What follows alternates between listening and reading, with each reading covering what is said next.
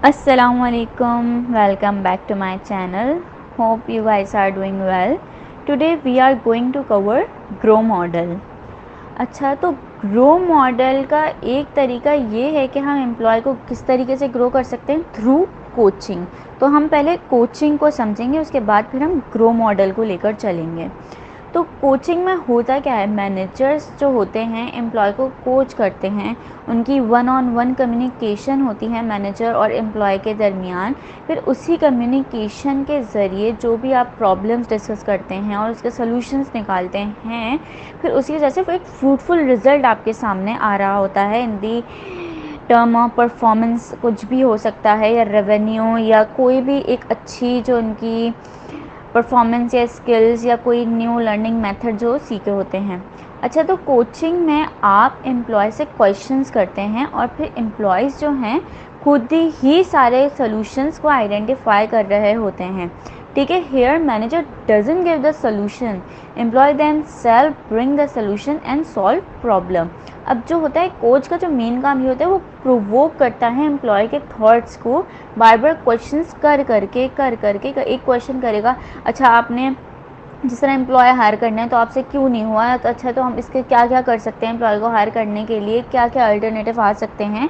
तो ये इस तरीके से क्वेश्चंस करता है ताकि जो एम्प्लॉय है जिसकी कोचिंग की जा रही है उसके जो थॉट हैं वो खुलें, उसके जो नए उसके अंदर जो आइडियाज़ आ रहे हैं वो बाहर आएँ।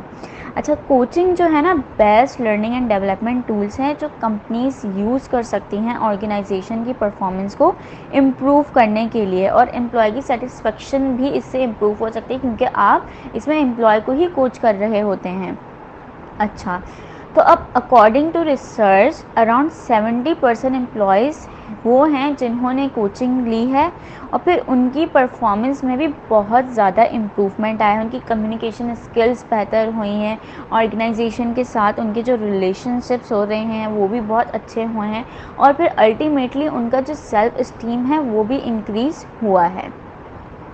तो अगर अब हम बात करें ग्रो मॉडल की, तो ग्रो मॉडल का ग्रो मॉडल में हम पहले इसके स्टैंड बताते हैं, इसका जो फुल फॉर्म होती है वो बताते हैं। तो G stand for goal, R stand for reality, O stand for option and W stand for will. ये सारे वर्ड्स जो हैं ग्रो के, GROW के, कोचिंग के पूरे प्रोसेस को रिप्रेजेंट करते हैं। ठीक है, मैनेजर्स जो होते हैं यूजली ग्रो मॉडल इसीलिए यूज़ करते हैं ताकि वो एम्प्लॉय की परफॉर्मेंस को इम्प्रूव कर सकें और उनकी हेल्प करें कि वो प्रॉब्लम को सॉल्व करें, और उनकी हेल्प करते हैं कि वो किस तरह सॉल्यूशंस को आइडेंटिफाई कर सकते हैं ताकि वो गोल्स को अचीव कर सकें। अब हम अगर ग्रो मॉडल के बेनिफिट्स की बात करें तो एक तो ये एम्प्लॉय के पर्सपेक्टिव से भी बहुत ज़्यादा यूज़फुल है, और कोच जो होते हैं आपके लीडर्स जो होते हैं उनके लिए भी एक बहुत बेनिफिशियल टूल है। ठीक है, क्यों? ये एक ग्रेट लीडरशिप टूल इसलिए है कि ये मैनेजर्स और लीडर को हेल्प करता है कि वो अपनी कोचिंग एबिलिटीज़ जो हैं उसको इम्प्रूव कर सकें, उसको डेवलप कर सकें, ताकि उनका जो कोचिंग का जो मेन माइंडसेट होता है, बिहेवियर होता है, वो उनका और बेहतर होता जाए स्टेप बाय स्टेप, और वो किन किन प्रोसेस को, जो वेल डिफाइंड प्रोसेस होते हैं, उनको फॉलो करते हुए एक अपने जो एम्प्लॉयज़ हैं उसके साथ उससे डिस्कस कर सकते हैं और अपने जो पूरे बिहेवियर हैं उसे बेहतर कर सकते हैं। अच्छा, एम्प्लॉय के लिए किस तरीके से है, एक तो इससे एम्प्लॉय की सेल्फ इस्टीम होती है, एम्प्लॉय की परफॉर्मेंस इम्प्रूव हो रही होती है जब आप एम्प्लॉय को कोच कर रहे होते हैं, उसे क्वेश्चंस कर रहे होते हैं ताकि वो खुद ही से ही जो है आंसर्स निकाले। उसके पास आंसर्स होते हैं लेकिन वो खुद भी उन आंसर्स के बारे में अवेयर नहीं होता, उसे पता नहीं होता। तो कोचिंग के ज़रिए आप जो है एम्प्लॉय को हेल्प करते हैं कि वो उन क्वेश्चंस के आंसर्स को आइडेंटिफाई करे, वो प्रॉब्लम किस तरीके से सॉल्व कर सकते हैं, और फिर इसी की वजह से जो उनकी परफॉर्मेंस है वो फिर दिन ब दिन इम्प्रूव होती जाती है। नाउ अब हम एक एक करके गोल्स को डिस्कस करेंगे, गोल्स, रियलिटी, ऑप्शन और विल को डिस्कस करते हैं। तो सबसे पहले अगर हम गोल्स की बात करें तो गोल्स में आप क्या करते हैं, एम्प्लॉयज़ जो हैं उनके शॉर्ट टर्म और लॉन्ग टर्म गोल्स को हम आइडेंटिफाई करते हैं कि where they want to go, उनका एंड पॉइंट क्या है, उनका जो मेन जो मकसद है, उनका पर्पस क्या है, वो कहाँ तक पहुँचना चाहते हैं, हम उसे आइडेंटिफाई कर रहे होते हैं। पहले तो आप एम्प्लॉय के साथ नॉर्मल कन्वर्सेशन कर रहे होते हैं, उनसे बातें कर रहे होते हैं, ठीक है, ताकि आप उनको कंफर्टेबल फील कराएं। और फिर आप स्लोली, हल्के हल्के, ग्रेजुअली फिर आप डिस्कशन स्टार्ट करते हैं, जो आपका कोचिंग का मेन मकसद होता है। फिर आप हल्के हल्के करके उसमें आके बढ़ते हैं और एम्प्लॉय को हेल्प करते हैं। सही है। अच्छा, आपके जो गोल्स रिलेट करते हैं, ठीक है, कि ये गोल्स रिलेट करते हैं एम्प्लॉय के फ्यूचर में, ठीक है, कि क्या करना चाहता है और क्या कर सकता है according to their skills, performance और डिसीजन मेकिंग कैपेबिलिटीज़, और कौन कौन से प्रॉब्लम्स हैं जो वो ओवरकम करना चाह रहे हैं ताकि वो अपने फ्यूचर गोल को आइडेंटिफाई कर सकें या अचीव कर सकें। अच्छा, आपने इसमें क्या होता है, दो तरीके के गोल्स। पहले तो आप देखते हैं कि जो कोचिंग हो रहा है, कोचिंग जब आप कर रहे होते हैं, उसका पहले गोल क्या है, क्योंकि अगर आपको पता ही नहीं है कि आप जिस बंदे को कोच कर रहे हो उसके पीछे क्या गोल है, तो आप उसे सही डायरेक्ट कर ही नहीं सकते हो कि उसको क्या करना चाहिए, उसके आगे गोल। उसके बाद आप फिर उसके लॉन्ग टर्म गोल को आइडेंटिफाई कर रहे होते हो कि वो कहाँ जाना चाहता है, उसकी ड्रीम जॉब क्या है, ठीक है। तो इसमें गोल में ये होता है। अच्छा, आपके जो गोल्स जो हैं वो स्मार्ट होने चाहिए। आप स्मार्ट मॉडल भी यूज़ कर सकते हैं कि आप अपने गोल को किस तरीके से सेट कर सकते हैं, ठीक है। वो क्या है, आपके गोल जो हैं स्पेसिफिक होने चाहिए, मेजरेबल होने चाहिए, अचीवेबल होने चाहिए, रियलिस्टिक होने चाहिए और टाइमली होने चाहिए। ये नहीं कि आपने गोल सेट करा हुआ है, आप बुढ़े होते जा रहे हैं, आपका टाइम निकलते जा रहा है, लेकिन आपने कहा हाँ मेरा गोल सेट है, मैं उसे अचीव कर लूँगा। तो आपकी टाइमलाइन भी होनी चाहिए और रियलिस्टिक भी होना चाहिए कि हाँ आप ये सच में कर सकते हैं या नहीं। नेक्स्ट अब हम बात करते हैं रियलिटी की। तो इसमें आप एम्प्लॉयज़ जो हैं उनकी करंट स्टेट और उसकी सिचुएशन को इवेलुएट करते हैं। इसमें आप जो हैं फोकस करते हैं उनकी करंट सिचुएशन को, और फिर उससे जितने भी रिलेटेड प्रॉब्लम्स होते हैं जो एम्प्लॉय फेस कर रहे होते हैं अपनी लाइफ में, आप उसे डिस्कस करते हैं, ठीक है। और फिर with the help of this you can also solve the problem और इशू, और you can also identify the new problems और इशू जिसके बारे में ना एम्प्लॉयज़ को पता होता है ना कोच को पता होता है, जिनके बारे में वो दोनों ही अवेयर नहीं होते हैं। तो आप उन प्रॉब्लम को भी आइडेंटिफाई कर सकते हैं और एंड देन फिर उनको भी आप सॉल्व कर सकते हैं। अच्छा, रियलिटी में आप जो है डब्ल्यूज़ का जो पूरा मॉडल होता है वो यूज़ कर सकते हैं आप, ताकि उसकी रियलिटी को इस्टेब्लिश कर सकें।